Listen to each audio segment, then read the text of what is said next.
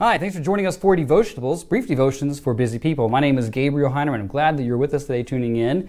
We are doing a series right now through the book Gentle and Lowly. It's part of a church-wide spring discipleship group thing we're doing at Ninth and Baptist Church. We've been reading through Dane Ortland's book. It's been a great start. We're in chapter 3. And so today we go to Hebrews chapter 12, verse 2. This is always has been one of my favorite verses in the Bible. I remember trying to memorize this verse with my now wife Rebecca when we were dating. We were on an airplane together going on a mission trip to Juarez, Mexico, and we were trying to memorize some verses for that trip, and this is one of the verses that we had to memorize.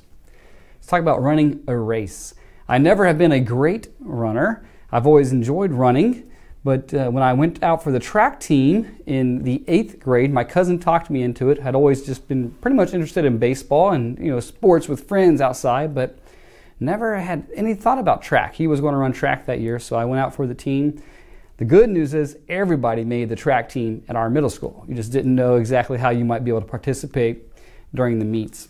I wanted to be a sprinter, and for whatever reason, I thought I was pretty fast. Coach thought other people were faster, so they put me doing these long runs. And for middle school, I did the 800 and the mile, which they're not long runs traditionally, but in middle school, I guess that was as the longest you could do. So remember the first time I participated in the 800-meter dash. Didn't know what I was doing. And the gun goes off, and I just start running after these guys in front of me. Never caught up to them, by the way. And I just ran so hard for so long. 2 laps around. And I remember after the race was over, I was able to place, which was pretty cool. But I just laid there, I think, on the bleachers until my mom picked me up some 30 to 40 minutes after the race, and my face was still red. Now, the 800 meters is not really a race you want endurance in. And I did not run that race with endurance, but on many races, you get up to other longer traditional cross-country races, you want to have endurance. You think about Forrest from Forrest Gump, who just took off running. Run, Forrest, run. And the author of Hebrews is calling each of us to run our race, to which we have been called. It's a beautiful portion. It's a turn here. We spent all of chapter 11 being reminded from the author of Hebrews about this great cloud of witnesses, men and women who lived by faith because they believed in a better promise. They believed that there was a city, a kingdom to come, and so they did not live for this world, merely for this world only. And that's the race that we're called to. And in verse 2 of chapter 12 is the key to running this race well. In verse 1, he said, throw off whatever holds you down, whatever weight, whatever sin is entangling you, so that you can't run your best race. It says, looking to Jesus. That's the key. That's the key. Now, all these great witnesses, since we have such a great cloud of witnesses, all these men and women by faith, we can look to. And you can have people in your life, at your church, grandparents, family members, you can look to help you run the race well. But all of them should be pointing you to Jesus. We should always be looking to Jesus as we run our race.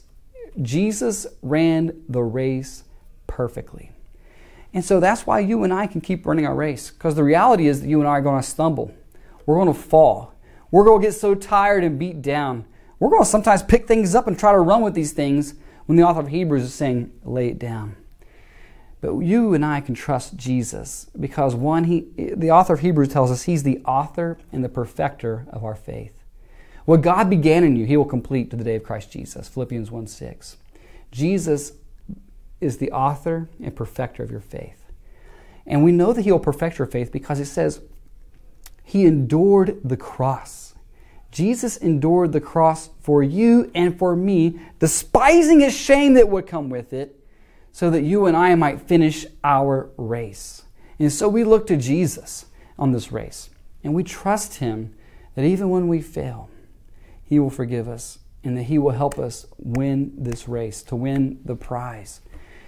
At the end of verse 12, it says that Jesus is now seated at the right hand of God. This is alluding back to Psalm 110 verse 1, the most quoted verse in the entire New Testament.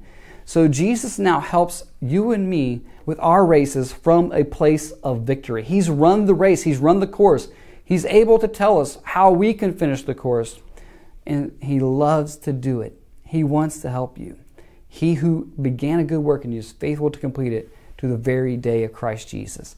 And for the joy that was set before Him, He endured the cross, despising, scorning its shame, so that He might forgive us and that He might see His sons and His daughters finish the race.